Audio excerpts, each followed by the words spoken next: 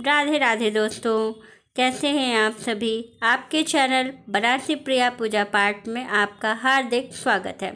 दोस्तों, आज हम लोग बात करने वाले हैं महाशिवरात्रि की।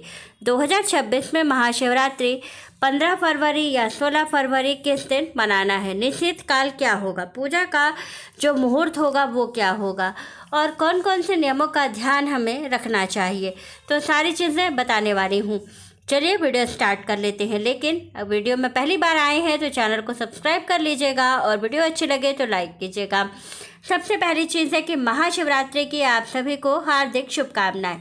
ये शिव और पार्वती के विवाह का बहुत ही अद्भुत दिन होता है। इस बार 2026 में महाशिवरात्रि कब मनाई जाएगी, तो ऐसी स्थिति में सबसे महत्वपूर्ण विषय आप ये जानें कि चतुर्दशी तिथि कब प्रारंभ हो रही है और कब समाप्त हो रही है। जब आप ये समझ लेंगे तो व्रत का नियम आपको समझ में आ जाएगा। तो पहली चीज़ है कि जो चतुर्दशी की तिथि है वो 15 फरवरी को शाम 5:05 से प्रारंभ हो रही है और चतुर्दशी तिथि जो है वो 16 फरवरी शाम को 5:35 पर समाप्त होगी। जब आपको चतुर्दशी तिथि के साथ साथ निश्चित काल जिस समय मिलता है उस दिन ही जो है महाशिवरात्रि का पावन पर्व मनाया जाता है और निश्चित काल का जो समय मिल रहा है रात को 12:09 से लेकर के रात्रि 1:01 तक वो मिल रहा है 15 फरवरी को, यानी कि जो महाशिवरात्रि का पर्व है वो मनाया जाएगा 15 फरवरी को, दिन रविवार को। अब दूसरी चीज़ आप जान लें कि पूजा का मुहूर्त, तो पूजा का जो मुहूर्त है वो जो है जो पहला मुहूर्त शुरू हो रहा है वो रात शाम को 6:11 से लेकर के 9:23 तक का है और निश्चित काल का जो समय होगा वो रात्रि 12:09 से लेकर के रात्रि 1:01 तक चलेगा। अब ऐसे में एक चीज़ आप लोगों को बता दूं, जो महाशिवरात्रि की पूजा है ये रात्रि में की गई पूजा का सबसे ज़्यादा फल हमें प्राप्त होता है। तो इस बात का ध्यान रखें कि जो पूजा का समय है वो रात्रि का रखें। दूसरी चीज़ है व्रत के नियम।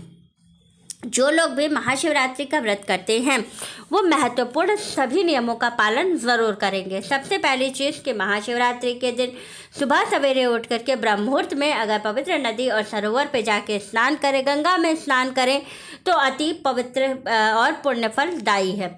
लेकिन अगर न जा सकें तो घर पर नहाने के जल में गंगा जल मिला करके स्नान कर सकते हैं। लेकिन अगर ऐसा भी संभव ना हो तो आप नहाने के जल में कुछ चीज़ें डाल करके स्नान कर लें। जैसे कि जब महाशिवरात्रि का पावन पर्व होता है तो इस दिन भोलेनाथ को प्रसन्न करने के लिए बहुत सारे उपाय किए जाते हैं। तो उसी में सबसे पहला उपाय आपको क्या करना है कि आपको नहाने के जल में थोड़ा सा गाय का कच्चा दूध डाल करके स्नान कर लेना है। गंगा नदी के स्नान का पूर्ण फल आपको मिल जाएगा।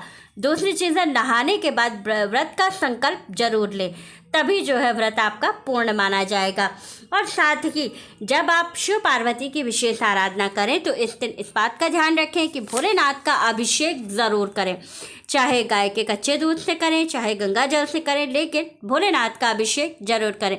समस्त कामनाओं के लिए अभिषेक सबसे ज़्यादा महत्वपूर्ण होता है, तो इसलिए भोलेनाथ का अभिषेक जरूर करें। साथ ही माता पार्वती को श्रृंगार से संबंधित चीज़ें जरूर समर्पित करें और पूरे दिन का निराहार व्रत ज़रूर रखें। हो सके तो आप निराजल व्रत रखें, ना संभव हो तो फलाहार के साथ भी व्रत कर सकते हैं, लेकिन फलाहार आपको एक बार ही ग्रहण करना है। तो वीडियो अच्छी लगे तो लाइक शेयर और सब्सक्राइब ज़रूर करें। राधे राधे दोस्तों।